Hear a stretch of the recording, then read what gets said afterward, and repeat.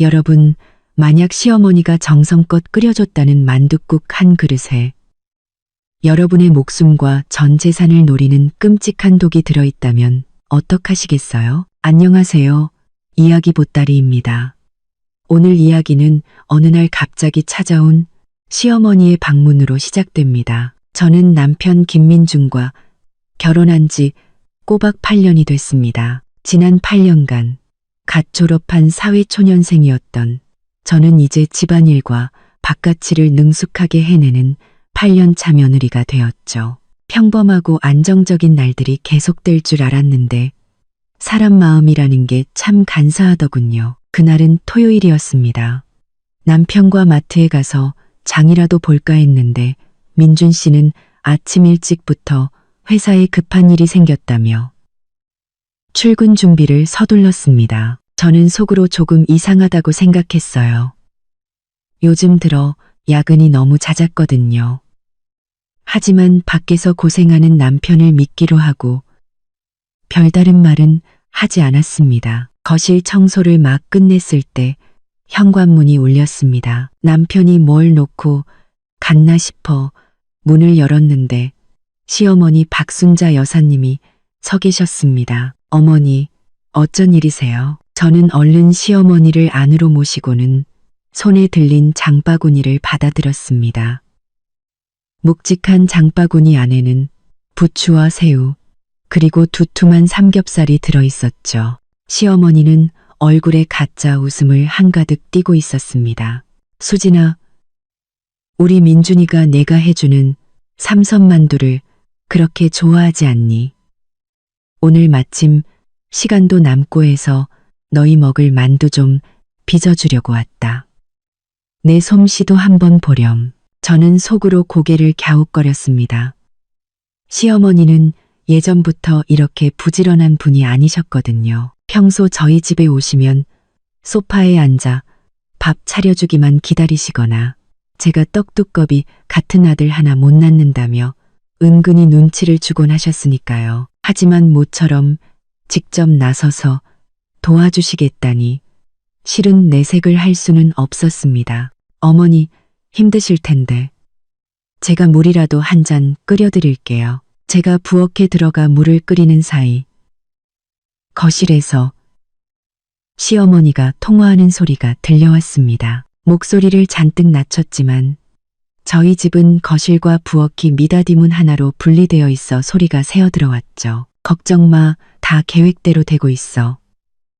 걔가 이 만두 한 그릇만 먹으면 걔 앞으로 된 주식이 전부 우리 거가 되는 거야. 약은 잘 숨겨놨어.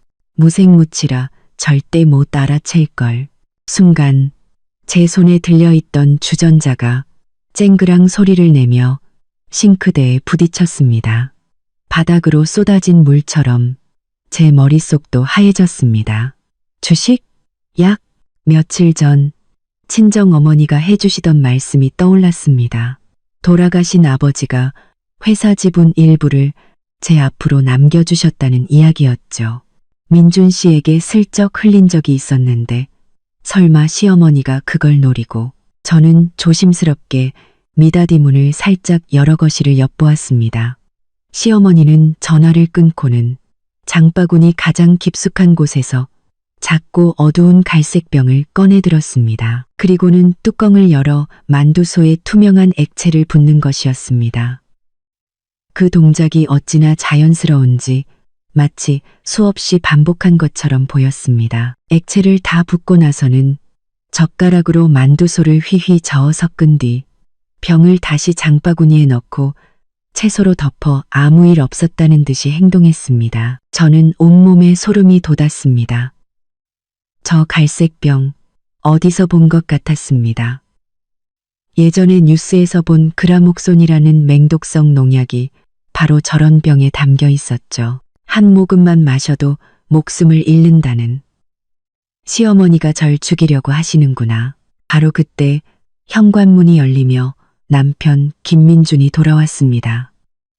저는 급히 미닫이 문을 닫고 소매로 이마에 식은땀을 닦아내며 엎질러진 물을 정리하는 척했습니다. 어머니, 오셨어요. 민준 씨의 목소리가 거실에서 들려왔습니다. 그래, 우리 아들 왔구나. 어서 앉아라. 네가 제일 좋아하는 삼선만두 빚어놨다. 금방 끓여주마. 시어머니의 목소리는 부자연스러울 정도로 다정했습니다. 저는 심호흡을 하며 마음을 다잡았습니다. 지금 여기서 모든 걸 터뜨리면 저 모자에게 저 혼자서는 당해낼 수 없을 겁니다. 저는 주전자를 들고 천천히 부엌을 나왔습니다. 그리고 최대한 평소와 같은 미소를 지으며 말했죠. 민준 씨, 야근한다면서요? 어떻게 이렇게 일찍 왔어요? 남편은 소파에 앉아 스마트폰만 들여다볼 뿐 저를 쳐다보지도 않고 대답했습니다. 일이 갑자기 취소됐어. 마침 만두나 먹으려고. 시어머니는 이미 만두를 끓는 물에 넣고 있었습니다. 냄비 안에서는 만두가 둥둥 떠다니며 평소와 다를 바 없이 맛있어 보였지만 저는 알고 있었습니다. 저 안에는 제 목숨을 앗아갈 끔찍한 것이 들어있다는 것을요. 수진아, 뭘 그렇게 멍하니 서 있니? 어서 수저나 놓으렴. 우리 아들 뜨거울 때 먹게. 시어머니는 잘 익은 만두를 예쁜 그릇에 담아 파와 계란지단까지 정성스럽게 올려 식탁 위에 놓았습니다. 저는 식탁으로 다가가 민준 씨에게 젓가락을 건네주었습니다. 최대한 목소리가 떨리지 않게 말했죠. 민준 씨, 어머니가 당신 주려고 특별히 만든 거래요. 당신이 제일 좋아하는 삼선만두. 식기 전에 얼른 먹어요. 식기 전에 얼른 먹어요. 그런건지 그제야 남편은 스마트폰을 내려놓고 만두 하나를 집어 입으로 가져갔습니다. 제 심장은 미친 듯이 뛰기 시작했습니다. 바로 그때 시어머니가 갑자기 헛기침을 하며 제 쪽을 힐끗 쳐다봤습니다. 그 눈빛에 저는 온몸이 얼어붙는 것 같았습니다. 민준 씨는 만두를 입에 넣으려다 말고 미간을 찌푸리며 말했습니다. 근데 이 만두, 냄새가 왜 좀 이상하지? 제 심장이 덜컥 내려앉았습니다. 제가 뭐라고 말하려는 순간 쾅쾅쾅 하고 현관문을 두드리는 소리가 들렸습니다. 이어서 옆집이 여사님의 목소리가 들려왔죠. 수진 씨 집에 있어요? 우리 집 간장이 똑 떨어져서 그런데 조금만 빌려줄 수 있을까? 저는 구세주를 만난 것처럼 서둘러 대답했습니다. 네, 이 여사님. 잠깐만요. 저는 빠른 걸음으로 현관으로 가 이 여사님의 간장병을 받아들고 부엌으로 향했습니다. 간장을 따라드리고 다시 식탁으로 돌아왔을 때 저는 제 눈을 의심했습니다. 민준 씨가 이미 만두 2개를 먹어치운 뒤였습니다. 시어머니는 그 옆에서 만족스러운 미소를 짓고 있었죠. 제 심장이 차갑게 식었습니다. 설마 제가 오해한 걸까요? 하지만 분명히 만두소에 무언가를 넣는 걸 봤는데 아들, 맛있니? 엄마 솜씨 괜찮지? 시어머니가 웃으며 물었습니다. 김민주는 고개를 끄덕이며 만두 하나를 더 집어들었습니다. 괜찮네요. 아까는 냄새를 잘못 맡았나 봐요. 먹으니까 맛있네. 괜찮네요. 저는 그 자리에 서서 2 모자를 바라보았습니다. 등골이 오싹했습니다. 이 만두 한 그릇에 담긴 것은 단순히 만두소가 아니었습니다. 덜이 팰때의 등골이 뽀때의 둥둥 저들 모자의 끔찍한 탐욕이었죠. 그리고 앞으로 제가 마주해야 할 것은 보이지 않는 칼날이 오가는 전쟁이라는 것을 직감했습니다. 옆집이 여사님은 간장병을 받아들고 가면서 제게 몇 마디 말을 건넸습니다. 수진 씨, 오늘 시어머님 기분이 좋아 보이시네. 직접 만두까지 빚어주시고 정말 보기 드문 일이야. 저는 억지로 웃으며 고개를 끄덕였지만 마음속에는 무거운 돌덩이가 얹힌 듯 숨쉬기조차 힘들었습니다. 이 여사님의 발소리가 멀어지고 나서야 저는 천천히 몸을 돌려 식탁으로 돌아갔습니다. 그때 김민주는 만두를 입에 넣고 씹으면서도 눈은 스마트폰 화면에 고정되어 있었습니다. 시어머니는 빈 그릇을 들고 있었지만 시선은 계속해서 남편의 만두 그릇을 향해 있었죠. 그 눈빛에 담긴 기대감이 너무나도 선명해서 저는 소름이 돋았습니다. 저는 서둘러 제 자리에 앉아 죽을 뜨는 척하며 두 사람의 대화에 귀를 기울였습니다. 아들, 천천히 먹어. 아무도 안 뺏어 먹는다. 시어머니가 다시 입을 열었습니다. 그 목소리에는 제가 한 번도 들어보지 못한 다정함이 묻어 있었습니다. 이 새우, 오늘 아침에 시장 가서 직접 고른 거야. 펄펄 뛰는 걸로.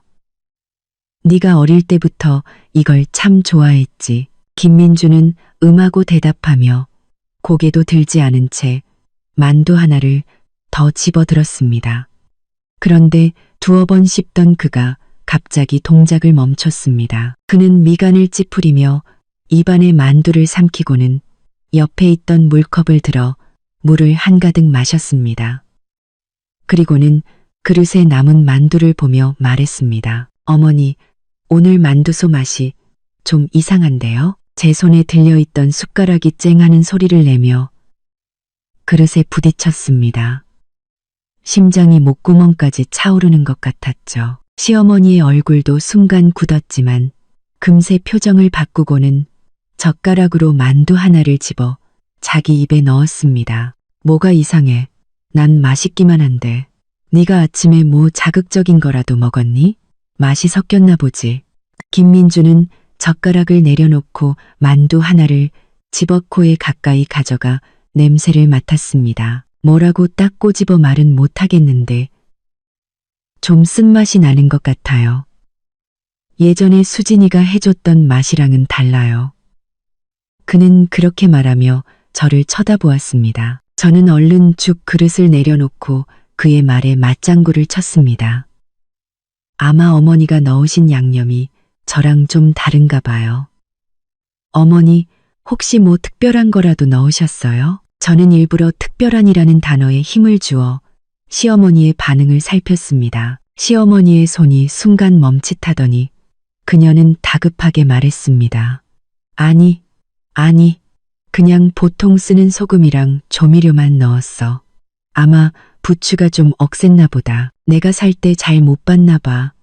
그녀는 그렇게 말하며 김민준의 그릇에 남은 만두를 그에게 밀어주었습니다. 괜찮아. 좀 억세도 먹을 만해.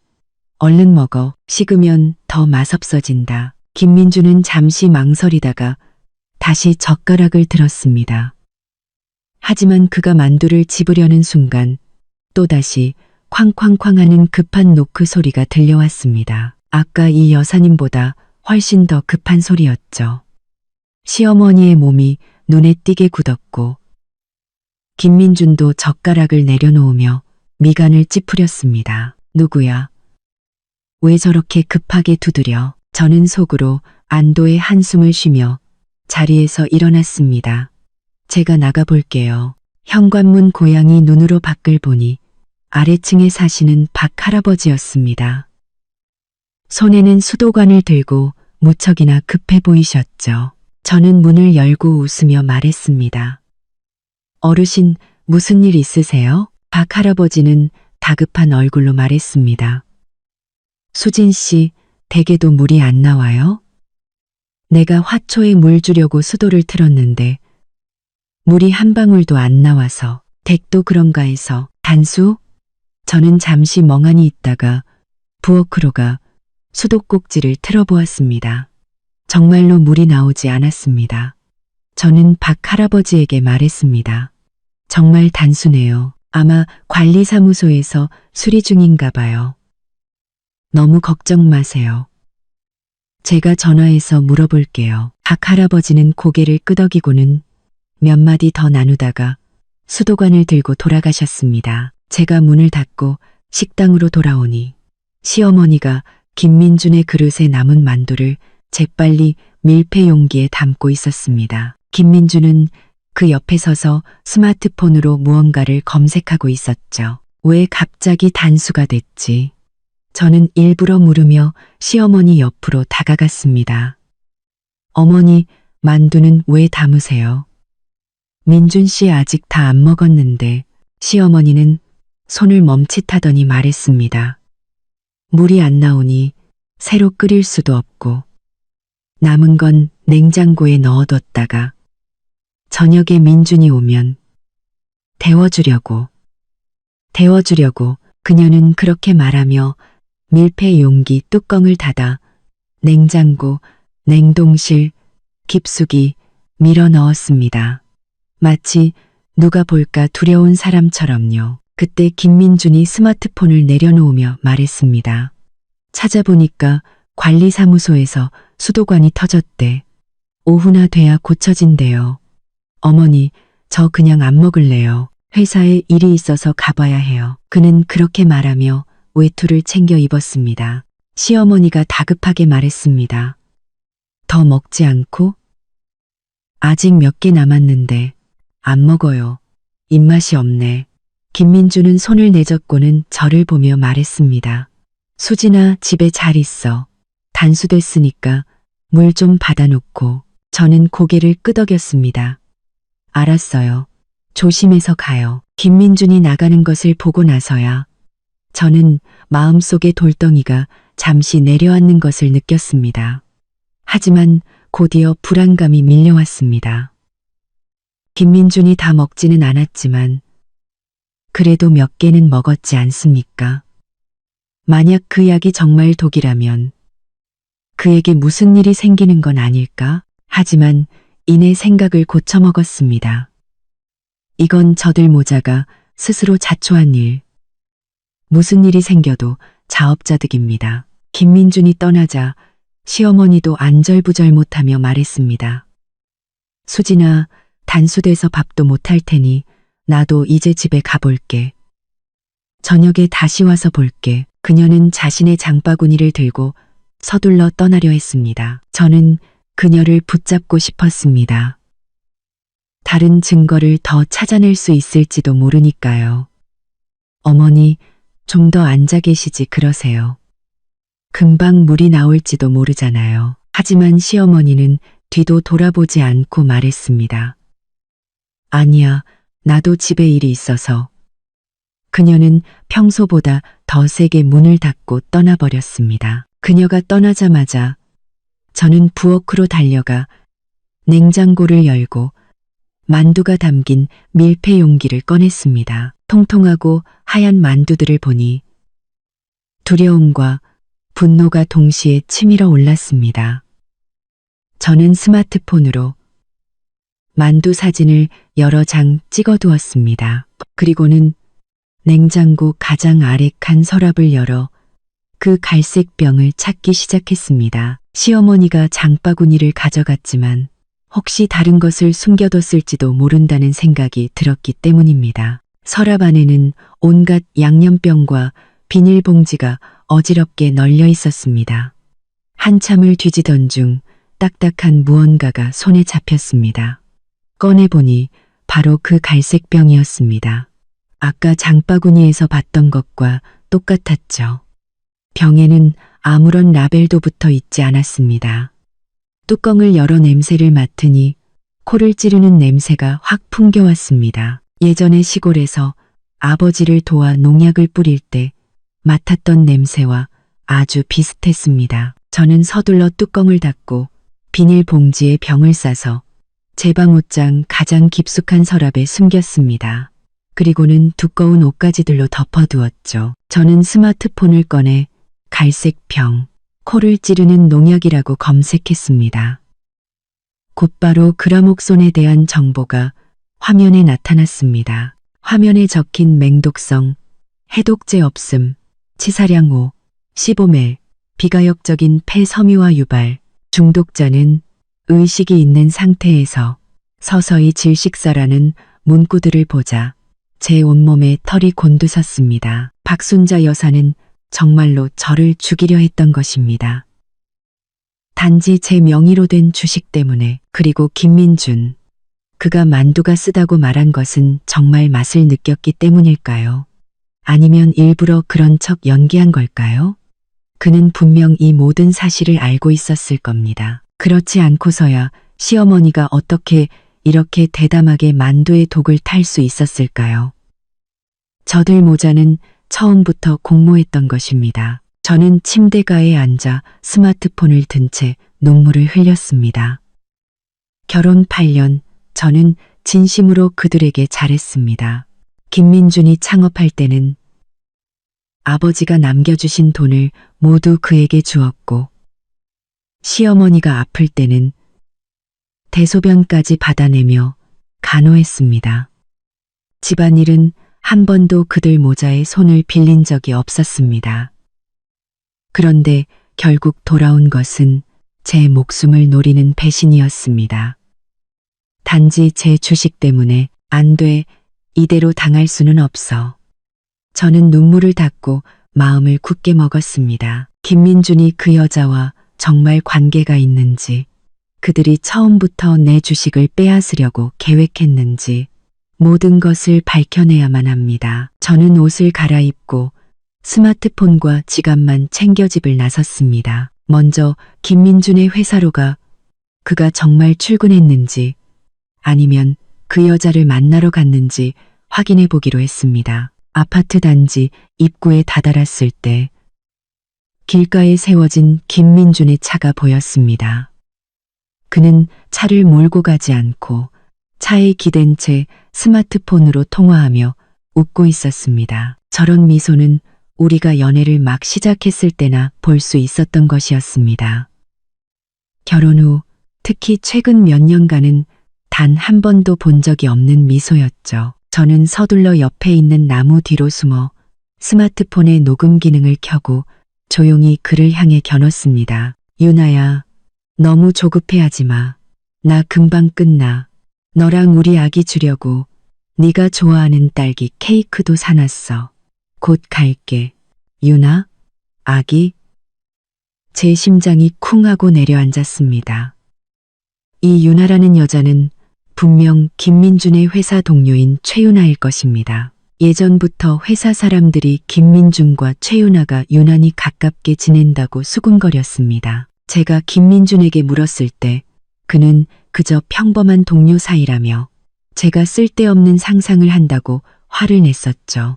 이제 보니 평범한 동료가 아니라 아이까지 있는 사이였던 겁니다. 김민준은 전화를 끊고 차를 몰고 떠났습니다. 저는 급히 택시를 잡아 세우고 기사님께 말했습니다.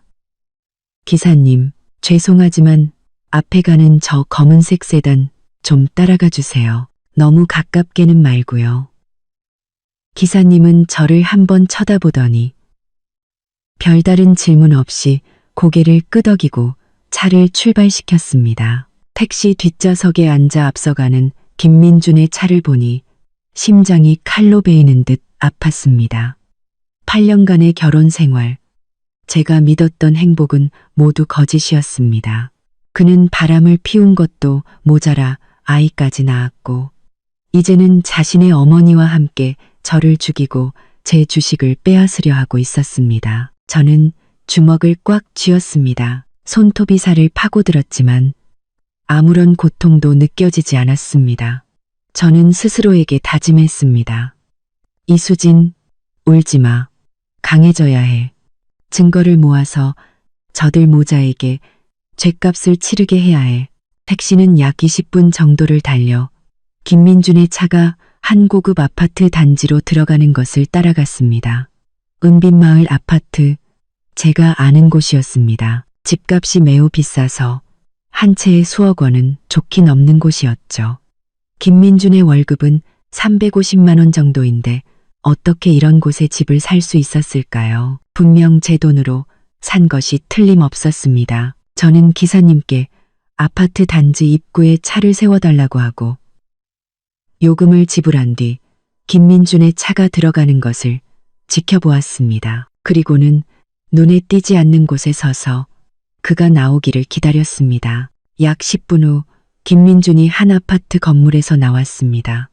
그의 품에는 한 살쯤 되어 보이는 남자아이가 안겨 있었습니다. 파란색 우주복을 입은 아이는 통통하고 귀여워 보였죠. 그의 옆에는 흰색 원피스를 입고 긴 머리를 늘어뜨린 꽤 아름다운 여자가 서 있었습니다. 바로 최윤아였습니다. 최윤아는 김민준의 팔짱을 끼고 그의 어깨에 머리를 기댄 채 아주 달콤하게 웃고 있었습니다. 김민준도 고개를 숙여 그녀에게 무언가를 속삭이며 얼굴 가득 다정한 미소를 띠고 있었습니다. 저는 스마트폰을 들어 그들의 모습을 여러 장 찍었습니다. 손이 덜덜 떨렸습니다. 그들은 이미 이렇게 완벽한 가정을 꾸리고 있었던 것입니다. 그리고 저는 바보처럼 집에서 그를 위해 집안일을 하고 그가 야근으로 힘들까 걱정하고 있었던 것이죠. 저는 그들이 근처 유아용품 가게로 들어가는 것을 보았습니다.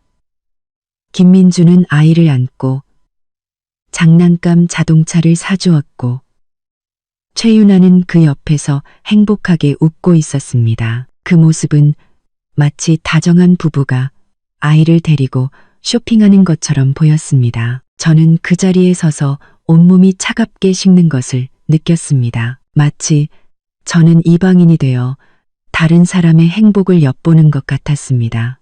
제 행복은 이미 그들에 의해 산산조각이 나버렸는데 말입니다. 저는 심호흡을 하고 스마트폰을 가방에 넣었습니다. 그리고 천천히 아파트 단지 입구를 향해 걸어갔습니다.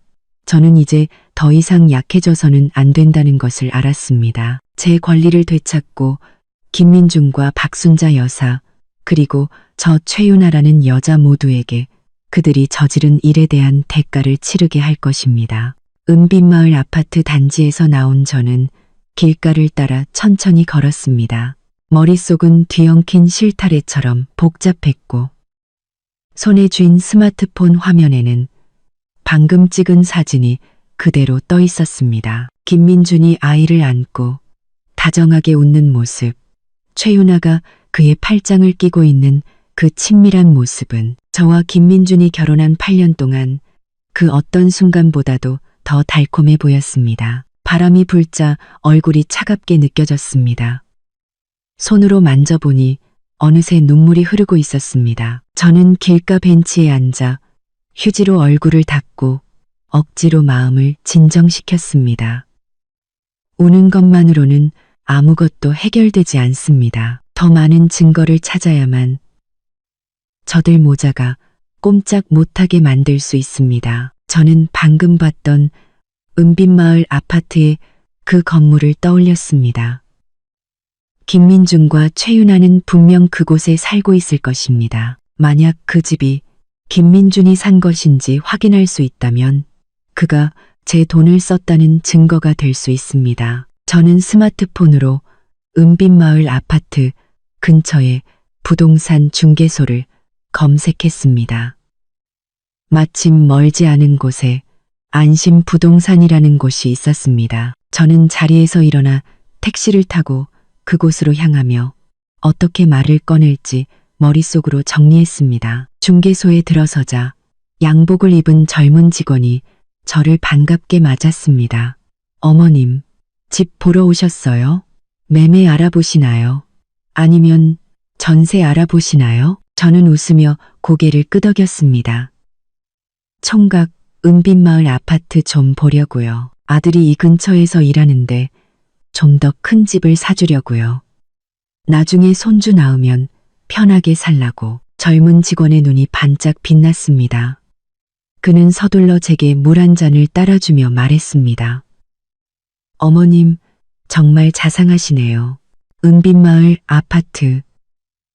저희가 가진 매물이 몇 개 있습니다. 원하시는 평수나 예산이 어느 정도 되시나요? 저는 물컵을 받아들고 잠시 생각하는 척했습니다. 한 30평대 후반 정도면 좋겠고, 예산은 뭐 집만 좋으면 조금 더 쓸 수도 있고. 저는 말을 이어갔습니다. 아, 맞다. 내 친구도 은빛마을 아파트에 사는 것 같던데. 이름이 김민준인데. 혹시 알아요? 한 1년 전쯤에 집을 샀다고 하던데.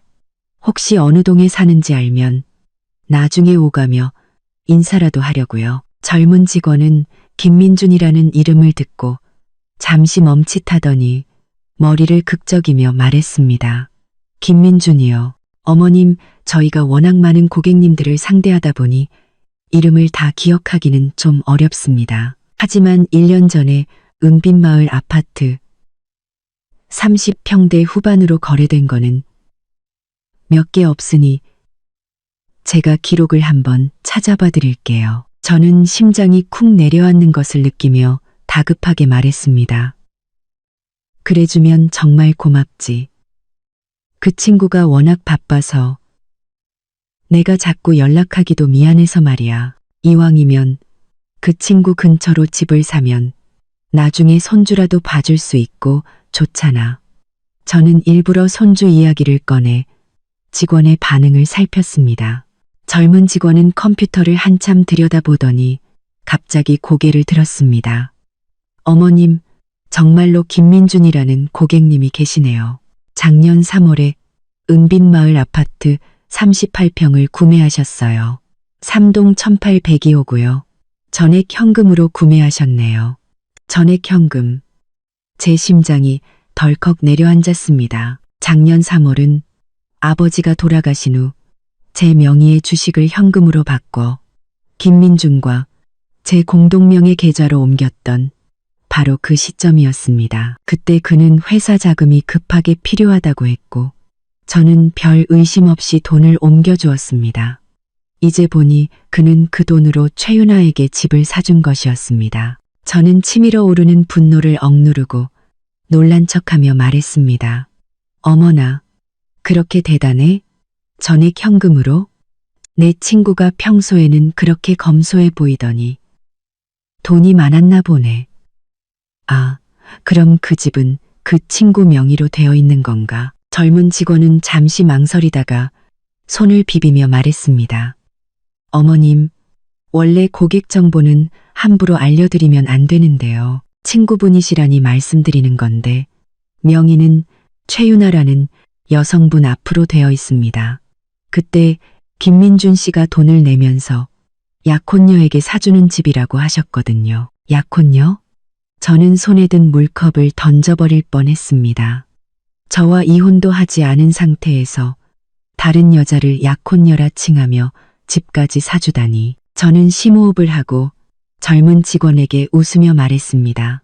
총각, 정말 고마워요. 잘 알았어요. 그럼 은빛마을 아파트 매물 자료 좀 볼 수 있을까요? 집에 가서 남편이랑 상의 좀 해보게요. 젊은 직원은 서둘러 자료를 제게 건넸고 저는 대충 훑어보며 관심 있는 척 몇 가지 질문을 한 뒤 집에 일이 있다는 핑계를 대고 중개소를 나왔습니다. 중개소 문을 나서자 저는 더 이상 참을 수 없었습니다. 사람이 없는 골목으로 들어가 주저앉아 울기 시작했습니다. 그 돈은 아버지가 남겨주신 제 마지막 유산이었습니다. 나중에 노후 자금으로 쓰거나 아이가 생기면 아이를 위해 쓰려고 했던 돈이었습니다. 그런데 김민주는 그 돈으로 자기 내연녀에게 집을 사주고 저에게는 회사 자금이 필요하다고 거짓말을 했던 것입니다. 한 10분쯤 울었을까요?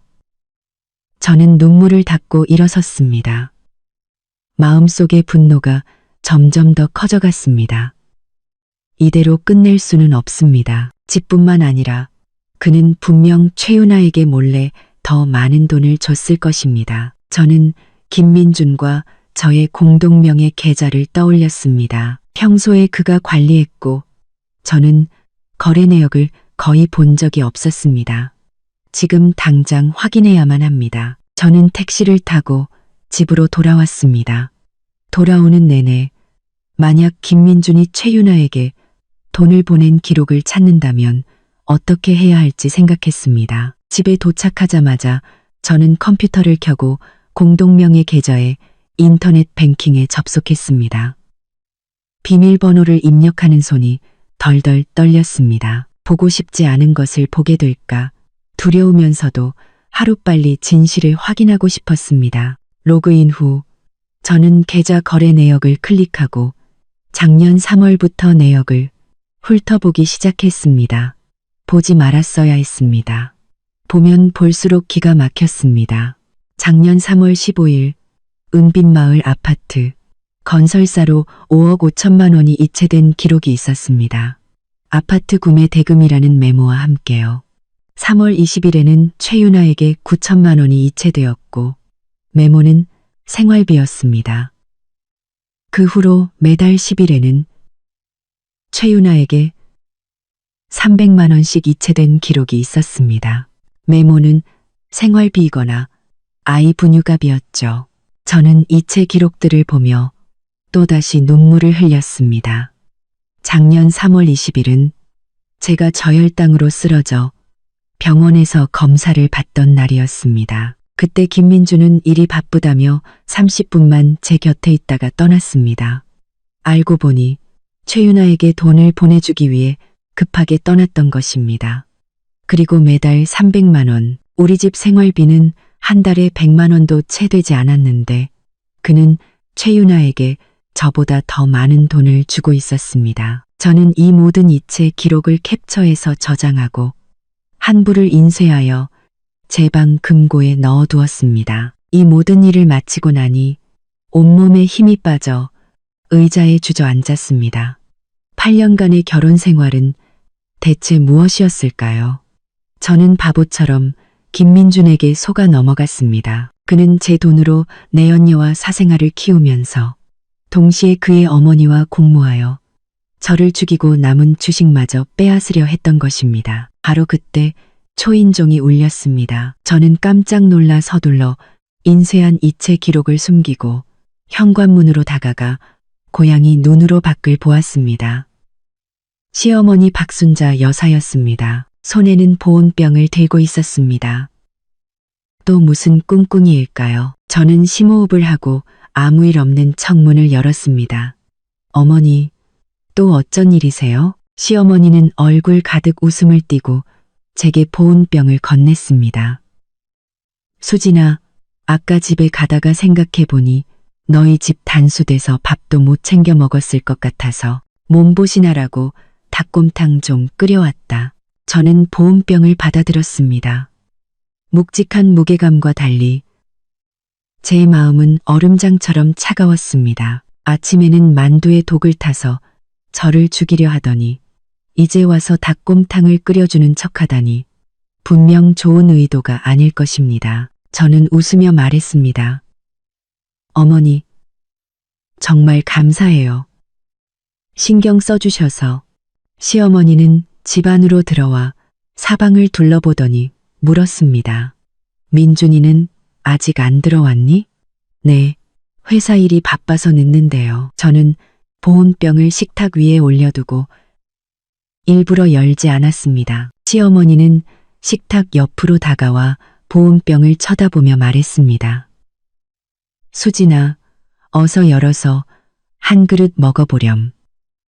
방금 끓여서 뜨끈뜨끈해. 몸보신의 최고야. 그녀의 눈빛에는 재촉하는 기색이 역력했습니다. 저는 못 본 척 물컵에 물을 따르며 말했습니다.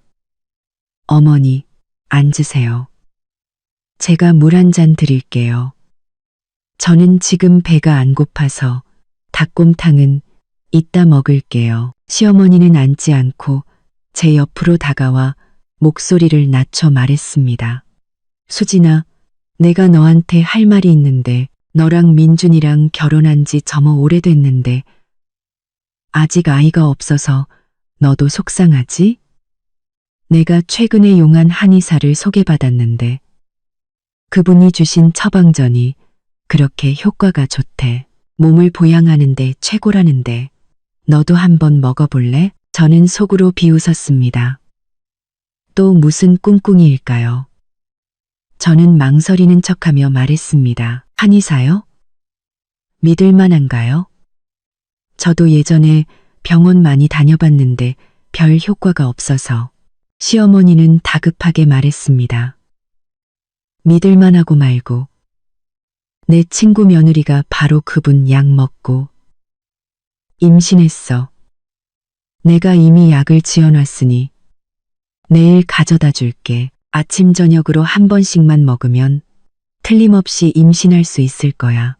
그녀는 그렇게 말하며 제 배를 힐끗 쳐다보았습니다. 그 눈빛은 아침에 부엌에서 저를 볼 때와 똑같이 온통 계산적인 속셈으로 가득 차 있었습니다. 저는 이제야 깨달았습니다. 그녀는 약에 무언가를 타려는 것입니다. 아침에 만두가 실패하자 이제는 약으로 저를 해치려는 것입니다. 저는 웃으며 고개를 끄덕였습니다. 어머니, 정말 감사해요. 신경 써주셔서. 하지만 제가 요즘 위가 좀 안 좋아서 약은 나중에 먹을게요. 시어머니의 얼굴이 순간 굳어지더니 다시 웃으며 말했습니다. 그래, 그럼 몸조리 잘하고 너무 무리하지 마라. 나도 일이 있어서 이만 가볼게. 닭곰탕은 꼭 챙겨 먹어. 그녀는 그렇게 말하고 문을 열고 떠났습니다. 그녀가 떠나자마자 저는 보온병에 든 닭곰탕을 변기에 쏟아버리고 물을 내려 깨끗이 씻어냈습니다. 그리고는 보온병을 제자리에 두고 마치 다 마신 것처럼 꾸며놓았습니다. 저는 소파에 앉아 텅 빈 거실을 바라보았습니다. 마음속의 결심이 더욱 굳어졌습니다. 더 이상 그들이 저를 해치도록 내버려 둘 수 없습니다. 암속의 결심이 더욱 굳어졌습니다. 제가 먼저 나서서 그들이 저지른 일에 대한 대가를 치르게 해야 합니다. 저는 스마트폰을 꺼내 주소록에서 강태식이라는 이름을 찾았습니다. 강태식 씨는 돌아가신 아버지의 부하 직원이었고 지금은 탐정사무소를 운영하고 있었습니다. 매우 믿을 만한 분이었죠. 저는 그의 번호를 눌렀습니다. 수진 아가씨, 웬일이세요? 강태식 씨의 목소리는 무척이나 반가워 보였습니다. 저는 심호흡을 하고 말했습니다. 강 실장님, 부탁드릴 일이 있어서요. 혹시 사람 좀 알아봐 주실 수 있나요? 한 명은 김민준, 제 남편이고요. 다른 한 명은 최유나라는 여자예요. 두 사람이 바람을 피우는 것 같은데 아이도 있는 것 같아요. 그들에 대해 더 자세히 알고 싶어요. 예를 들면 그 아이의 출생증명서나 김민준이 몰래 재산을 빼돌린 게 있는지 같은 것들이요. 강태식 씨는 잠시 침묵하더니 말했습니다. 아가씨, 너무 걱정 마세요. 제가 알아봐 드리겠습니다. 김민준 씨와 최유나 씨의 주민등록번호, 직장, 그리고 그 아이의 대략적인 나이 같은 기본 정보를 제게 보내주세요. 최대한 빨리 소식 전해드리겠습니다. 비용은 걱정 마세요. 돌아가신 회장님을 생각해서 저렴하게 해드리겠습니다. 정말 감사해요. 강 실장님. 지금 바로 정보 보내드릴게요. 꼭 최대한 빨리 부탁드려요. 그들이 또 무슨 짓을 할지 몰라서요. 전화를 끊고 저는 김민준과 최유나의 정보를 정리해서 그에게 보냈습니다. 스마트폰 화면을 보니 마음이 조금은 놓였습니다. 강태식 씨의 도움이라면 분명 더 많은 증거를 찾을 수 있을 것입니다. 저는 일어나 베란다로 나가 창밖의 분주한 거리를 바라보았습니다. 예전에는 안정적인 가정이 있으면 그것으로 족하다고 생각했습니다. 하지만 이제야 알았습니다. 사람의 마음은 험악해서 내가 남을 해치지 않아도 남이 나를 해치려 든다는 것을요. 강태식 실장님과의 통화를 마친 뒤 저는 소파에 앉아 한참을 멍하니 있었습니다. 창밖의 하늘은 점점 어두워지고 가로등이 하나둘 켜졌지만 제 마음속에는 한 줄기 빛도 보이지 않았습니다. 뱃속에서 꼬르륵 소리가 나고 나서야 제가 하루 종일 제대로 된 식사를 하지 못했다는 것을 깨달았습니다. 부엌은 단수되어 요리를 할 수 없었고 저는 서랍에서 과자를 꺼내 물과 함께 두어 조각을 먹었습니다. 몇 입 먹지 않았을 때 현관문에서 열쇠 소리가 들렸습니다. 김민준이 돌아온 것입니다. 저는 서둘러 과자를 치우고 입을 닦은 뒤 텔레비전을 보는 척했습니다. 김민준은 거실로 들어와 서류 가방을 소파에 던지고는 제 옆에 주저앉았습니다. 아, 피곤해 죽겠네. 오늘 하루 종일 야근했어. 저는 그를 쳐다보지 않고 텔레비전 화면에 시선을 고정한 채 차갑게 물었습니다. 야근? 무슨 야근을 했는데요? 김민주는 잠시 멈칫했습니다. 제가 그렇게 물을 줄은 몰랐던 모양입니다. 그는 잠시 머뭇거리다가 말했습니다. 회사 프로젝트 때문에 클라이언트가 계속 재촉해서 어쩔 수 없었어. 그는 그렇게 말하며 제 어깨를 감싸 안으려 했습니다. 저는 서둘러 옆으로 비켜 그의 손을 피했습니다. 그의 손은 허공에서 굳었고 얼굴에는 불쾌한 기색이 역력했습니다. 수진아, 왜 그래? 누가 당신 화나게 했어? 화 안 났어요. 저는 고개를 돌려 그를 쳐다보았습니다. 그냥 묻는 거예요. 오늘 은빛마을 아파트에서 재밌게 놀았냐고요. 김민준의 얼굴이 순식간에 창백해졌습니다. 그는 벌떡 일어나 저를 가리키며 소리쳤습니다. 당신 날 미행했어? 저는 비웃으며 스마트폰을 꺼내 아까 찍은 사진을 그에게 보여주었습니다. 미행? 내가 당신을 미행하지 않았더라면 당신이 밖에서 가정을 꾸리고 아이까지 낳았다는 걸 어떻게 알았겠어요? 김민준 씨, 이게 대체 어떻게 된 일인지 설명 좀 해보시죠. 김민준은 사진을 보고 손을 덜덜 떨었습니다. 그는 입을 열어 무언가 말하려 했지만 한참 동안 아무 말도 하지 못했습니다. 한참 후에야 그는 고개를 숙이고 작은 목소리로 말했습니다. 수진아, 내가 일부러 속이려던 건 아니야. 그냥 당신이 화낼까봐. 저는 벌떡 일어나 스마트폰을 소파에 던졌습니다. 내가 화낼까봐나 몰래 바람을 피우고 내가 화낼까봐 아버지가 남겨주신 돈으로 그 여자에게 집을 사주고 내가 화낼까봐 당신 어머니랑 공모해서 만두에 독을 타서 날 죽이려 했어요. 마지막 말을 뱉는 순간 김민주는 고개를 번쩍 들고 눈을 동그랗게 떴습니다. 당신 알고 있었어? 당연히 알죠. 저는 부엌 쪽을 가리키며 말했습니다. 오늘 아침에 당신 어머니가 만두 빚으러 와서 그 안에 그라목손을 넣는 거 내가 다 봤어요. 심지어 당신이랑 통화하면서 내가 그 만두를 먹고 나면 내 주식이 전부 당신들 것이 될 거라고 말하는 것도 들었다고요. 김민진 씨, 내가 당신이랑 8년을 결혼해서 진심으로 잘해줬는데 당신은 나한테 이럴 수 있어요? 김민준의 얼굴은 점점 더 하얘졌습니다. 그는 제 앞으로 다가와 제 손을 잡으려 했습니다. 수진아, 내 말 좀 들어봐. 그건 내가 당신을 해치려던 게 아니야. 우리 어머니가 혼자서 꾸민 일이야. 난 정말 몰랐어. 몰랐다고? 저는 그의 손을 뿌리쳤습니다. 내가 바보인 줄 알아요? 그분은 당신 어머니예요. 그분이 하는 모든 일이 당신을 위한 게 아니고 당신과 그 여자의 아이를 위한 게 아니라고요? 김민준 씨, 더 이상 날 속이려 하지 마세요. 내가 우리 공동명의 계좌를 확인해 봤는데 당신 작년 3월에 최윤아한테 9천만 원을 보내고 매달 300만 원씩 생활비도 보내줬더군요. 그 돈 전부 아버지가 내게 남겨주신 돈이었어요. 김민주는 제 말에 아무 대답도 하지 못했습니다. 그는 고개를 숙이고 두 손으로 머리를 감쌌습니다. 무척이나 고통스러워 보였죠. 수진아, 내가 잘못했어. 당신을 속이지 말았어야 했고 최윤아를 만나지 말았어야 했고 어머니가 그런 짓을 하게 내버려 두지 말았어야 했어. 한 번만 더 기회를 주면 안 될까? 내가 지금 당장 최윤아랑 관계를 정리하고 집도 팔아서 돈을 당신에게 돌려줄게. 우리 다시 시작하면 안 될까? 저는 그의 모습을 보고도 아무런 동정심도 느껴지지 않았습니다. 이제 와서 잘못했다고? 너무 늦었습니다.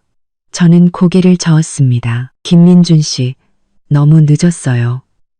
우린 다시 돌아갈 수 없어요.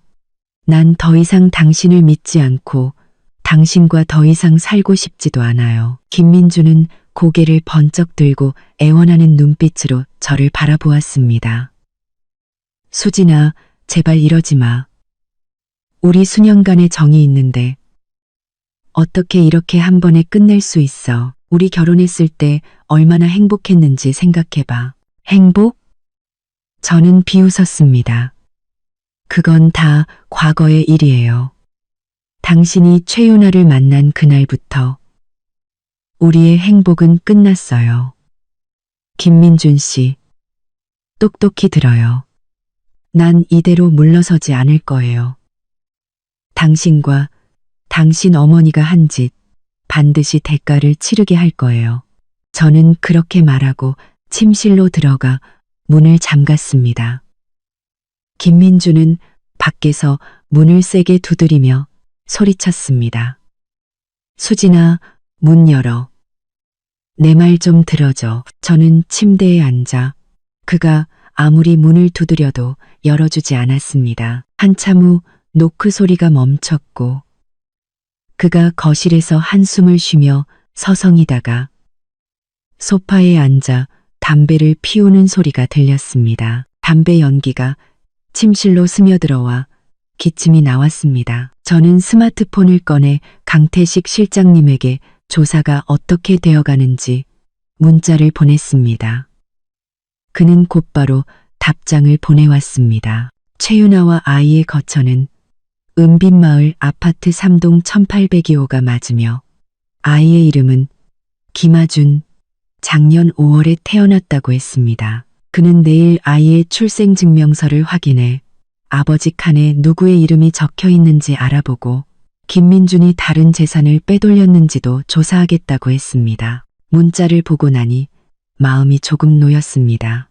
아이의 출생증명서와 김민준의 재산 빼돌리기 증거만 확보하면 이혼 소송에서 그를 빈털터리로 만들 수 있을 뿐만 아니라 그와 박순자 여사에게 법적인 대가도 치르게 할 수 있을 것입니다. 다음 날 아침 제가 일어났을 때 거실에는 아무도 없었습니다.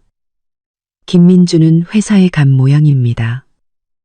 식탁 위에는 그가 남긴 쪽지가 놓여 있었습니다. 수진아, 내가 잘못했어. 최대한 빨리 최윤아랑 정리할게. 제발 한 번만 더 기회를 줘. 저는 쳐다보지도 않고 쪽지를 찢어 쓰레기통에 버렸습니다.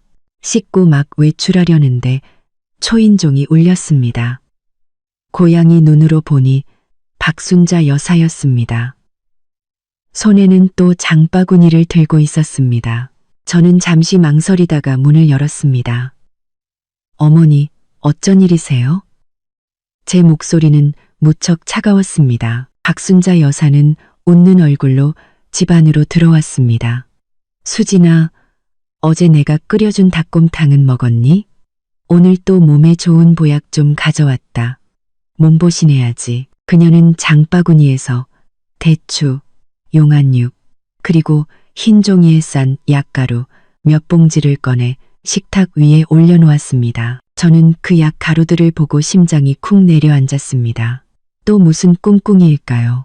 저는 못 본 척 소파에 앉아 말했습니다. 어머니, 할 말 있으시면 그냥 하세요. 더 이상 연기하지 마시고요. 박순자 여사의 얼굴에서 웃음기가 사라졌습니다. 그녀도 소파에 앉아 저를 쳐다보았습니다. 수진아, 어제 민준이랑 싸운 거 안다. 만두 일도 알고 있다는 거 안다. 그거 다 오해야. 내가 널 해치려던 게 아니라 그냥 몸보신 좀 시켜주려고 그런 거야. 그 약 내가 아는 사람한테서 산 보약이지 그라목손 같은 게 아니야. 그라목손 같은 게 아니야. 오해. 저는 비웃었습니다. 어머니, 더 이상 거짓말하지 마세요. 제가 다 알아봤는데 그건 그라목손이 맞아요. 한 모금만 마셔도 죽는 맹독성 농약이라고요. 정말 저를 위했다면 만두에 그런 걸 넣지 않으셨겠죠. 어머니가 그런 짓을 한 건 제가 죽고 나면 김민준이 최윤아랑 결혼해서 그들의 아이가 제 주식을 상속받게 하려는 거잖아요. 박순자 여사의 얼굴이 변했습니다. 제가 이렇게 많이 알고 있을 줄은 몰랐던 모양입니다. 한참 후에야 그녀는 한숨을 쉬며 말했습니다. 제가 이렇게 많이 알고 있을 줄은 몰랐던 모양입니다. 수진아, 네가 다 알았으니 나도 더 이상 숨기지 않으마. 민준이랑 최윤아 일, 나도 예전부터 알고 있었어. 그 아이도 민준이 아이가 맞아. 내가 너한테 미안한 건 알지만 우리 김씨 집안 대가 끊길 수는 없잖니. 너랑 민준이랑 8년을 결혼했는데도 아이가 없으니 나도 어쩔 수 없었어. 어쩔 수 없었다고요? 저는 벌떡 일어났습니다. 어쩔 수 없으면 절 죽여도 되고 어쩔 수 없으면 저 몰래 바람을 피워도 되는 건가요? 어머니도 여자시면서 어떻게 입장을 바꿔서 생각해 보실 수 없으세요? 만약 누가 어머니께 이런 짓을 했다면 기분이 어떠셨겠어요? 박순자 여사는 고개를 숙이고 아무 말도 하지 않았습니다. 한참 후에야 그녀는 고개를 들고 애원하는 눈빛으로 말했습니다. 수진아, 내가 잘못했다. 민준이랑 공모해서 널 해치려던 거 내가 잘못했어. 내가 나이가 많으니 이번 한 번만 용서해주면 안 되겠니? 민준이도 최윤아랑 관계를 정리하고 너희 다시 잘 살아보겠다고 하더라. 나도 앞으로는 너희 일에 절대 간섭하지 않을게. 저는 그녀의 모습을 보고도 마음이 흔들리지 않았습니다. 이제 와서 빌면 뭐합니까? 너무 늦었습니다. 저는 고개를 저었습니다. 어머니, 너무 늦었어요. 저는 김민준 씨랑 이혼하기로 결심했어요. 그리고 어머니가 절 해치려던 일 이대로 넘어가지 않을 거예요. 경찰에 신고해서 법의 심판을 받게 할 거예요. 박순자 여사는 제가 경찰에 신고하겠다는 말을 듣고는 당황했습니다. 그녀는 일어나 제 손을 잡으며 말했습니다. 수진아, 경찰에 신고하면 안 돼. 그러면 민준이 인생이 망가지고 우리 김씨 집안도 끝장이야. 제발 신고하지 마. 네가 원하는 거 다 줄게. 저는 그녀의 손을 뿌리쳤습니다. 저는 아무것도 필요 없어요. 그냥 당신들이 한 짓에 대한 대가를 치르길 바랄 뿐이에요. 어머니, 더 이상 빌지 마세요. 그냥 당신들이 한 짓에 대한 대가를 치르길 바랄 뿐이에요. 제 결심은 변하지 않으니까요. 박순자 여사는 저를 보며 절망적인 눈빛을 했습니다. 한참 후에야 그녀는 갑자기 기이하게 웃기 시작했습니다. 수진아, 네가 경찰에 신고한다고 해서 우리를 어쩔 수 있을 것 같아? 너한테는 증거가 없잖아. 누가 내 말을 믿어주겠어? 그 만두는 내가 이미 다 버렸고 그라목손 병도 내가 숨겨놨어. 네가 신고해봤자 우릴 고소할 수 없을걸. 제 심장이 쿵 내려앉았습니다. 그녀의 말이 맞았습니다. 저에게는 사진과 이체 기록뿐, 그녀가 만두에 그라목손을 넣었다는 직접적인 증거가 없었습니다. 하지만 이대로 물러설 수는 없었습니다. 저는 그녀를 쳐다보며 말했습니다. 제가 증거가 없을 것 같으세요? 제가 이미 사람을 고용해서 조사하고 있어요. 조사 결과가 나오면 반드시 당신과 김민준 씨에게 대가를 치르게 할 거예요. 박순자 여사의 얼굴이 변했습니다. 제가 사람을 고용해서 조사할 줄은 몰랐던 모양입니다. 그녀는 더 이상 아무 말도 하지 않고 장바구니를 들고 현관으로 향했습니다. 문을 나서기 전 그녀는 멈춰서서 저를 돌아보며 말했습니다. 수진아, 날 너무 몰아붙이지 마. 그러지 않으면 나도 가만히 있지 않을 테니. 저는 그녀의 뒷모습을 보며 조금도 두려워하지 않았습니다. 지금의 저는 더 이상 예전에 그 나약하고 속기 쉬운 이수진이 아니었습니다. 더 이상 그들이 저를 괴롭히도록 내버려 두지 않을 것입니다. 얼마 후 제 스마트폰이 울렸습니다. 강태식 실장님이었습니다. 저는 서둘러 전화를 받았습니다. 강 실장님, 어떻게 됐어요? 뭐 알아낸 거 있으세요? 강태식 실장님의 목소리는 무척 심각했습니다.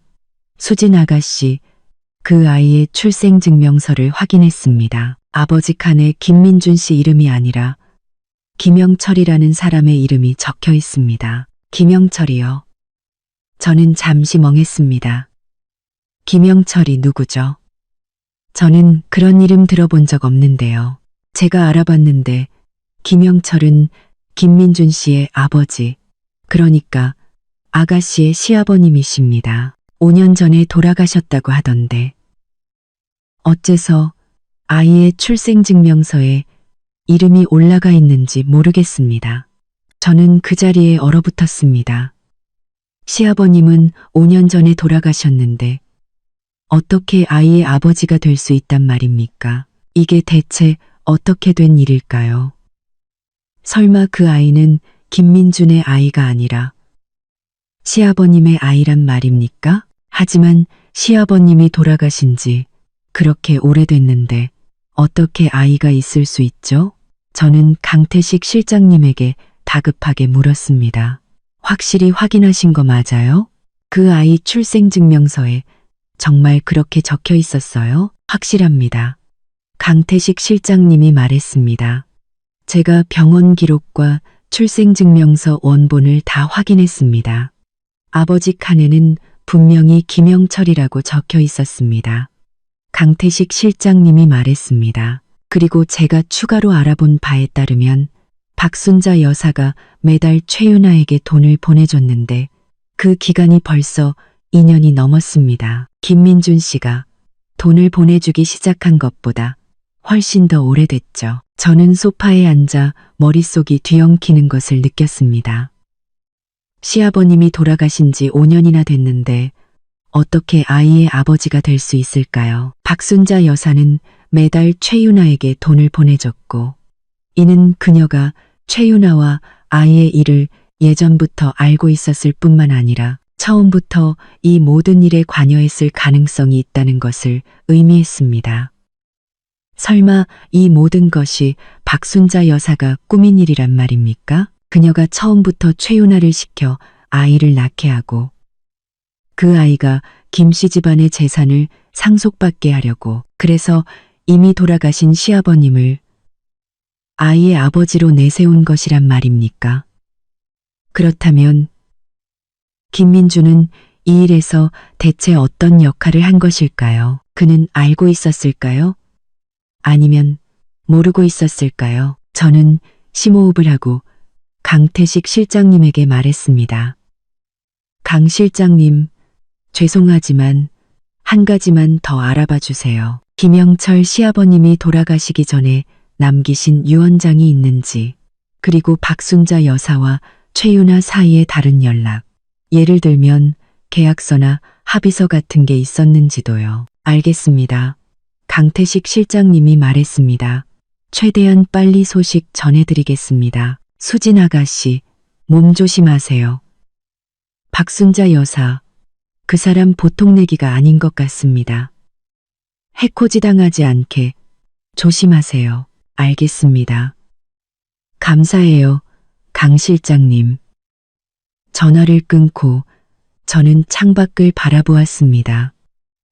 이 일은 제가 생각했던 것보다 훨씬 더 복잡하다는 것을 느꼈습니다. 박순자 여사, 김민준, 최윤아, 그리고 이미 돌아가신 시아버님, 그들 사이에는 대체 어떤 비밀이 숨겨져 있는 것일까요? 저는 반드시 모든 것을 밝혀낼 것입니다.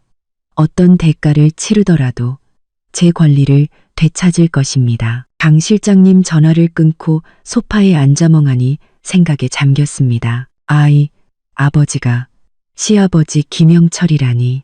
5년 전 간암으로 돌아가신 분인데 어떻게 최윤아 아이의 아버지가 될 수 있을까요? 너무 기괴하고 비현실적인 일이었습니다. 저는 다시 침실로 가 금고에서 인쇄해둔 계좌이체 내역을 꺼내 꼼꼼히 살폈습니다. 김민준이 최윤아에게 보낸 돈 외에도 매달 15일마다 익명의 계좌에서 최윤아에게 3천만 원이 입금된 기록이 있었습니다. 이체 시점은 김민준이 돈을 보내기 시작한 것보다 1년 이상 빨랐습니다. 강 실장님은 이게 박순자 여사가 보낸 돈이라고 했습니다. 하지만 박순자 여사가 어디서 그런 큰 돈이 났을까요? 연금은 100만 원 남짓일 텐데 아무리 아껴 쓴다 해도 매달 3천만 원을 최윤아에게 줄 수는 없을 겁니다. 생각할수록 이상했습니다. 저는 친정어머니께 전화를 걸었습니다.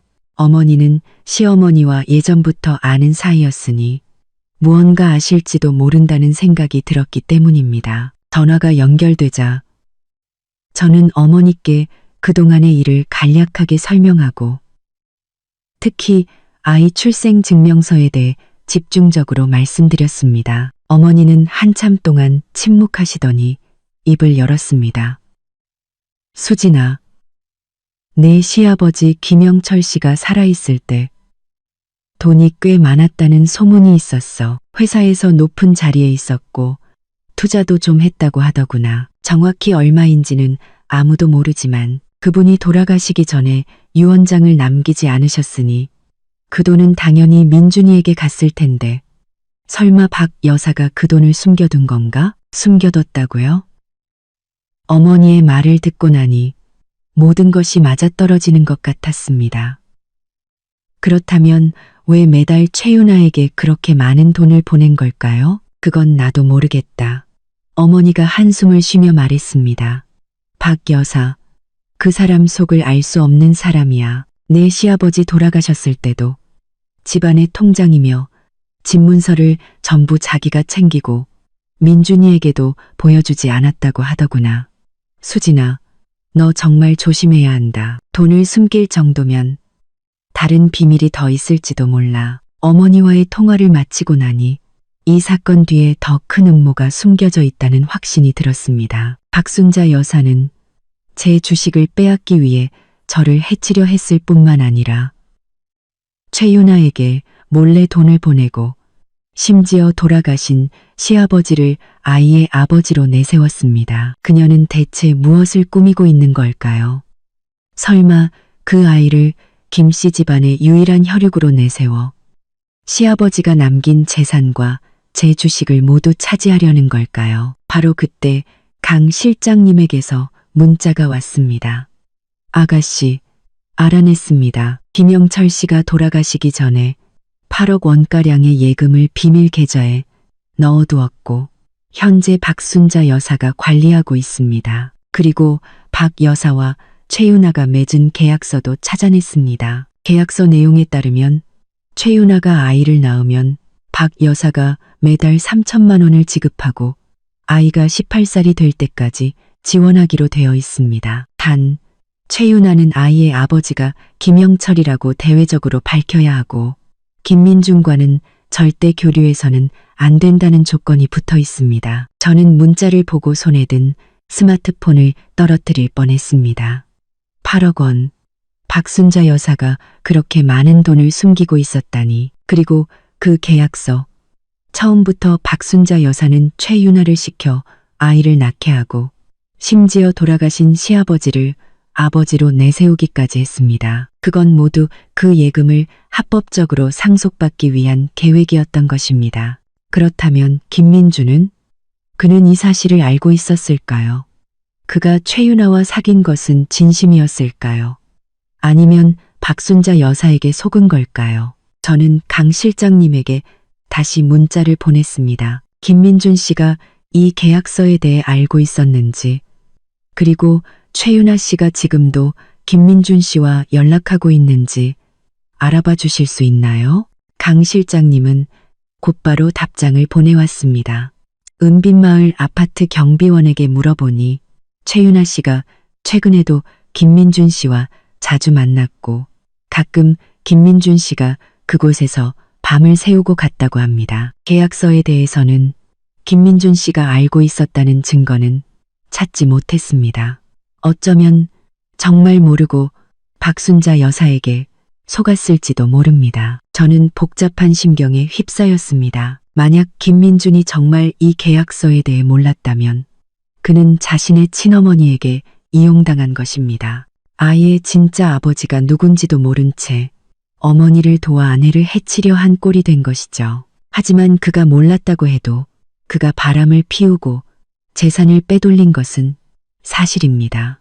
저는 그를 용서할 수 없었습니다. 오후에 김민준에게서 전화가 왔습니다. 그는 전화기 너머로 계속해서 사과하며 최윤아와 이미 이야기를 마쳤고 최대한 빨리 관계를 정리하겠다고 제발 한 번만 더 기회를 달라고 애원했습니다. 저는 그와 긴 이야기를 하고 싶지 않았습니다. 단호하게 말했죠.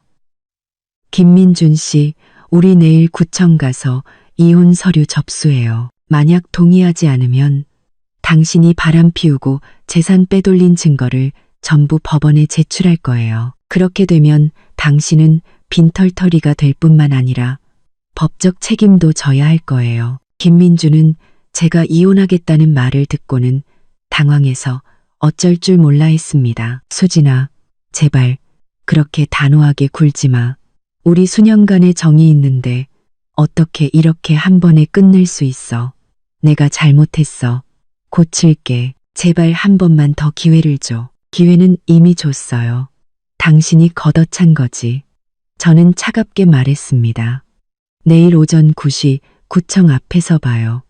만약 안 나오면 뒤실은 알아서 감당해요. 저는 그렇게 말하고 전화를 끊었습니다. 다음 날 아침 저는 약속 시간보다 30분 일찍 구청 앞에 도착했습니다.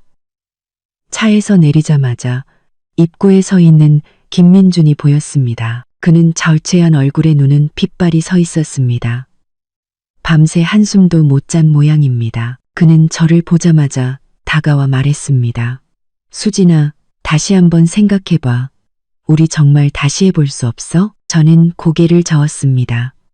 쓸데없는 소리 그만하고 어서 들어가서 서류나 접수해요. 우리가 막 구청으로 들어가려는데 갑자기 오토바이 한 대가 우리 앞으로 달려와 멈춰 섰습니다. 오토바이를 운전한 사람은 박순자 여사였습니다. 그녀는 머리가 헝클어진 채 얼굴 가득 분노를 띠고 있었습니다. 너희 이혼하면 안 돼. 민준아, 네가 만약 수진이랑 이혼하면 내가 내 앞에서 죽어버릴 거야. 김민주는 멍하니 서 있었습니다. 어머니, 여긴 어쩐 일이세요? 이건 저랑 수진이 사이의 일이에요. 어머니는 상관 마세요. 상관이 없어? 박순자 여사는 오토바이에서 내려 김민준의 팔을 잡았습니다. 네가 내 아들인데 어떻게 내가 상관이 없어? 네가 수진이랑 이혼하면 앞으로 누가 널 위해 밥해주고 빨래해주고 누가 널 돌봐줘? 그 최윤아라는 여자는 그냥 여우 같은 년이야. 내 돈 보고 너랑 사귀는 거라고. 수진이랑 이혼하면 안 돼. 저는 박순자 여사를 보며 속으로 비웃었습니다. 그녀가 어디 김민준을 걱정해서 이러는 걸까요? 제가 김민준과 이혼하면 집안 재산을 나눠 갖게 될까봐, 그리고 자신의 음모가 드러날까봐 두려워서 이러는 것이 분명했습니다. 저는 박순자 여사 앞으로 다가가 말했습니다. 어머니, 저랑 김민준 씨가 이혼하는 건 우리 둘의 결정이에요.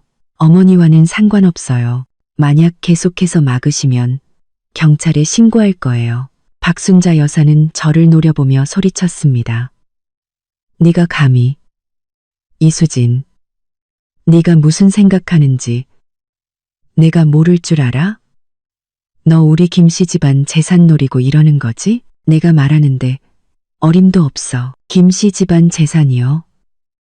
저는 스마트폰을 꺼내 계좌 이체 기록과 사진을 보여주었습니다. 이 돈 전부 아버지가 제게 남겨주신 돈이에요.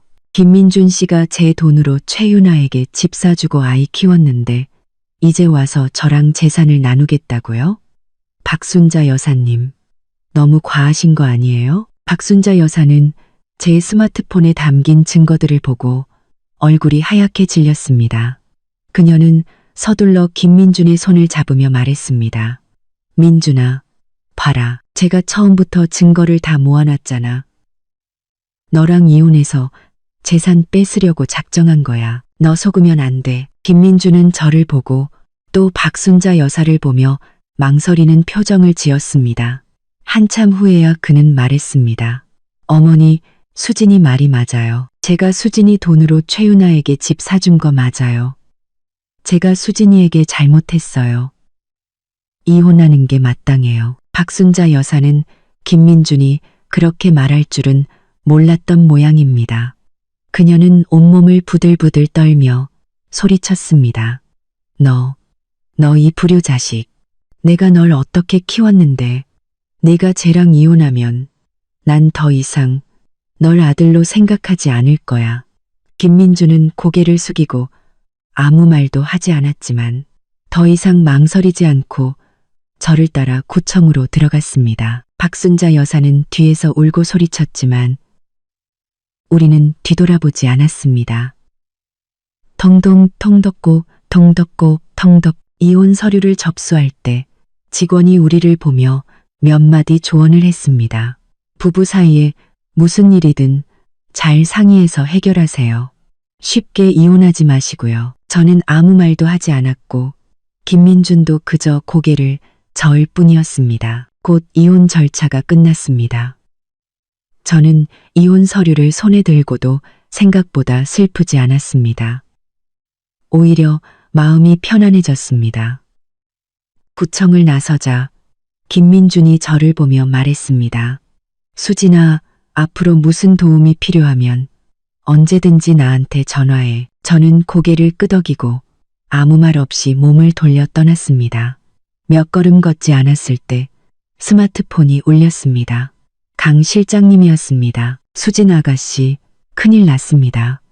최윤아 씨가 아이를 데리고 회사로 찾아가서 김민준 씨를 찾고 있습니다. 회사에서 난동을 부리면서 김민준 씨가 무책임하다고 책임을 지라고 소리치고 있답니다. 저는 잠시 멍했습니다. 최윤아가 왜 갑자기 회사로 찾아가서 난동을 부리는 걸까요? 설마 박순자 여사가 시킨 걸까요? 저는 서둘러 물었습니다. 김민준 씨는 지금 어디 있어요? 상황은 어떻고요? 김민준 씨는 아직 구청 근처에 있습니다. 제가 사람을 붙여놨습니다. 최윤아 씨가 회사에서 크게 난동을 부려서 직원들이 다 구경하고 있고 기자들까지 갔다고 합니다. 제 심장이 쿵 내려앉았습니다. 최윤아가 이렇게 난동을 부리면 김민준의 명성은 땅에 떨어질 것입니다. 비록 그와 이혼했지만 그가 그렇게 망가지는 것을 보고 싶지는 않았습니다. 저는 서둘러 김민준에게 전화를 걸어 최윤아가 회사에서 난동을 부리고 있다는 사실을 알렸습니다. 김민준은 그 말을 듣고 당황해서 어쩔 줄 몰라 했습니다. 어떻게 된 거야? 어제 내가 걔랑 잘 이야기했는데 왜 갑자기 회사로 찾아가서 난동을 부리는 거야? 왜 난동을 부리는지는 나중에 따지고 지금 당장 회사로 돌아가서 수습해요. 그러지 않으면 일이 더 커질 거예요. 저는 그에게 일러두었습니다. 그리고 박순자 여사님이 이 일을 알고 계실지도 모르니 한번 물어보세요. 전화를 끊고 저도 마음이 불안했습니다. 최윤아가 갑자기 이렇게 난동을 부리는 것은 분명 박순자 여사와 관련이 있을 것입니다. 박순자 여사는 우리가 이혼하는 것을 막지 못하자 최윤아를 시켜 김민준을 망가뜨리고 자신은 재산과 주식을 독차지하려는 것입니다. 정말 악독한 여자였습니다. 제가 강 실장님에게 최윤아가 박순자 여사와 연락했는지 조사해달라고 문자를 보내려는데 스마트폰이 다시 울렸습니다. 모르는 번호였습니다. 저는 잠시 망설이다가 전화를 받았습니다. 여보세요? 이수진 씨 맞으신가요? 전화기 너머에서는 낯선 여자의 목소리가 들려왔습니다. 네, 맞는데요. 누구시죠? 저는 최윤아 씨 친구예요. 그 여자가 말했습니다. 윤아 씨가 지금 병원에 있어요. 아까 김민준 씨 회사에 찾아갔다가 박순자 여사님한테 밀려서 넘어졌는데 아이도 좀 다쳤어요. 박 여사님이 다시는 소란 피우지 말라고, 그러지 않으면 아이와 함께 가만두지 않겠다고 협박했대요. 제 심장이 쿵 내려앉았습니다. 병원요? 어느 병원이에요? 최윤아 씨랑 아이는 괜찮아요? 시내 중앙병원이에요. 그 여자가 말했습니다. 윤아 씨는 크게 다치지는 않았고 좀 긁혔어요. 아이는 놀라서 계속 울고 있고요. 수진 씨가 김민준 씨랑 이혼한 거 알고 있고 박 여사님이 좋은 사람이 아니라는 것도 알고 있어요. 윤아 씨가 지금 많이 무서워하고 있어요.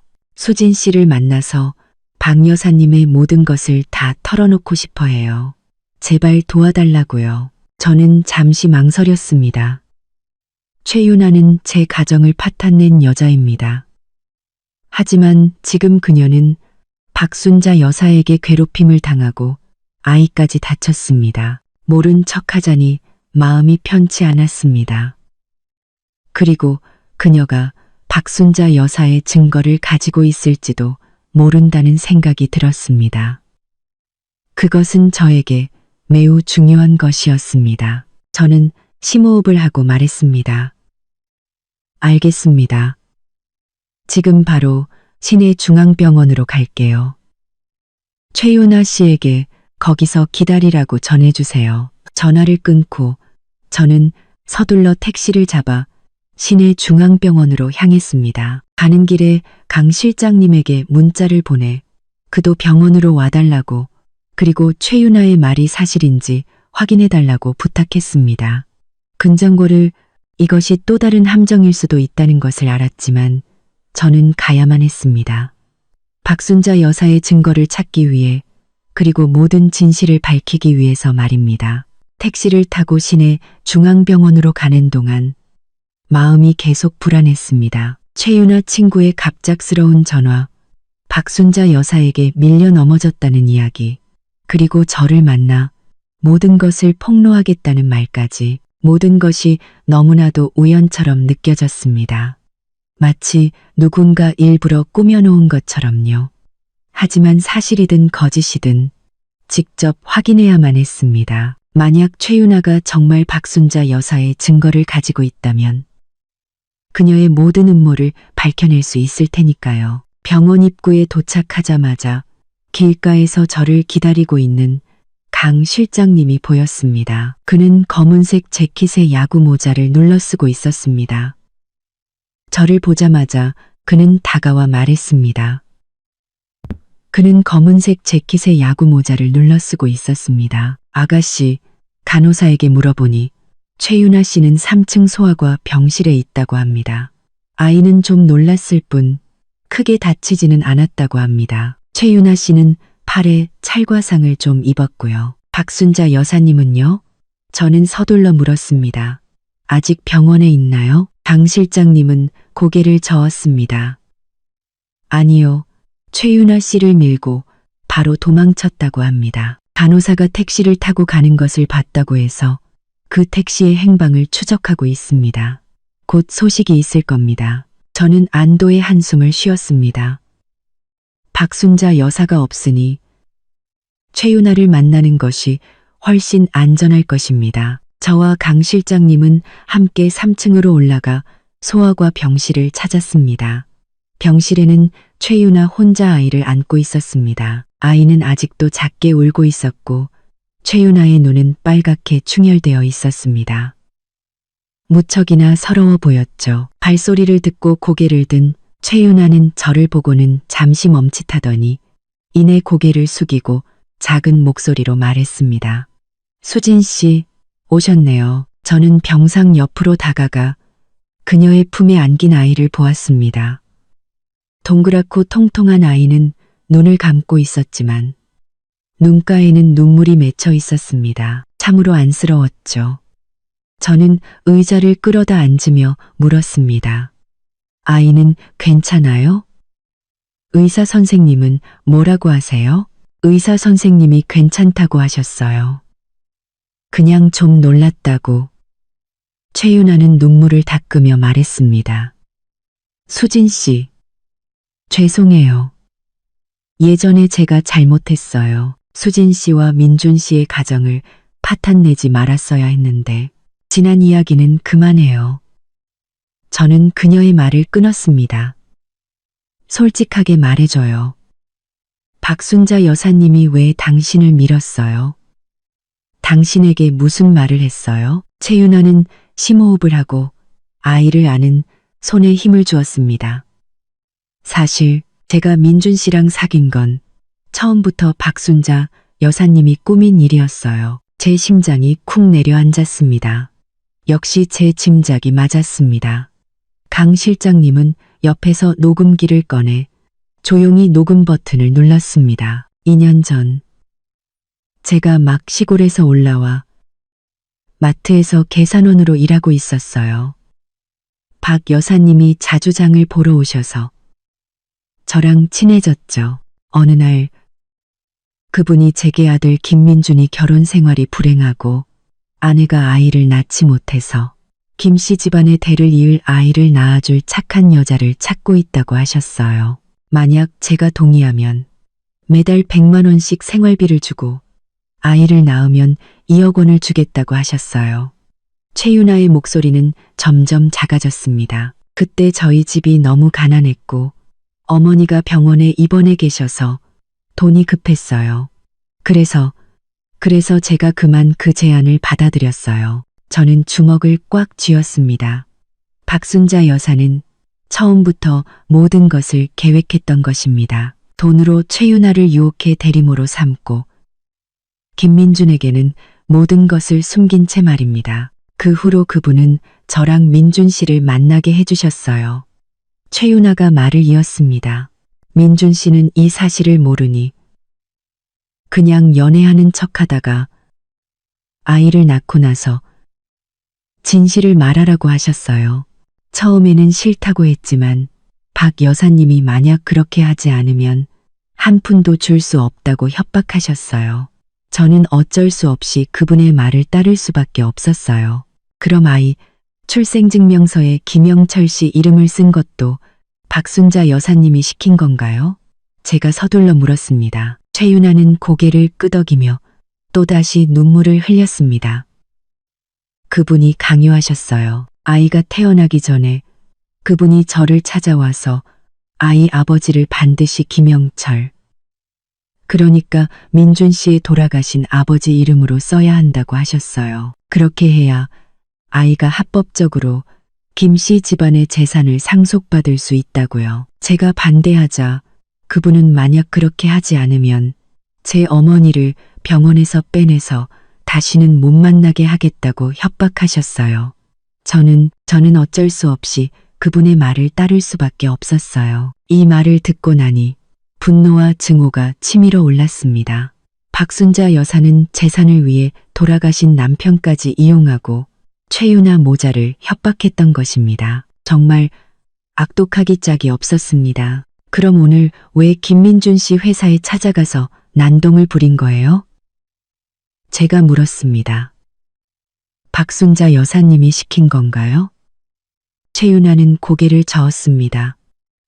아니요, 제가 스스로 간 거예요. 어제 민준 씨가 저한테 수진 씨랑 이혼할 거고 저랑도 관계를 정리하겠다고 다시는 찾아오지 말라고 했어요. 저는 그게 박 여사님이 시킨 일이라는 걸 알았지만 아이를 데리고 혼자서 일도 없고 수입도 없는데 박 여사님이 최근에는 생활비도 깎기 시작했고요. 저는 정말 어쩔 수 없어서 회사로 찾아가서 민준 씨에게 따지려고 했던 거예요. 그런데 회사 입구에 도착하자마자 박 여사님한테 붙잡혔어요.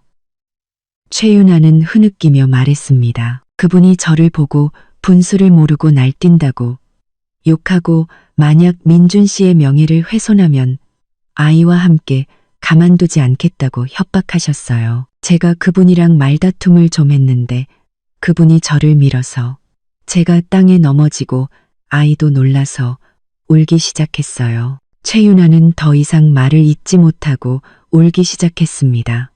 저는 그녀를 보며 복잡한 심경에 휩싸였습니다. 그녀가 제 가정을 파탄낸 것은 사실이지만 그녀 또한 박순자 여사에게 이용당하고 협박당한 피해자였습니다. 수진 씨, 제가 정말 죄송해요. 최윤아가 울며 말했습니다. 하지만 저는 이제 정말 어쩔 수가 없어요.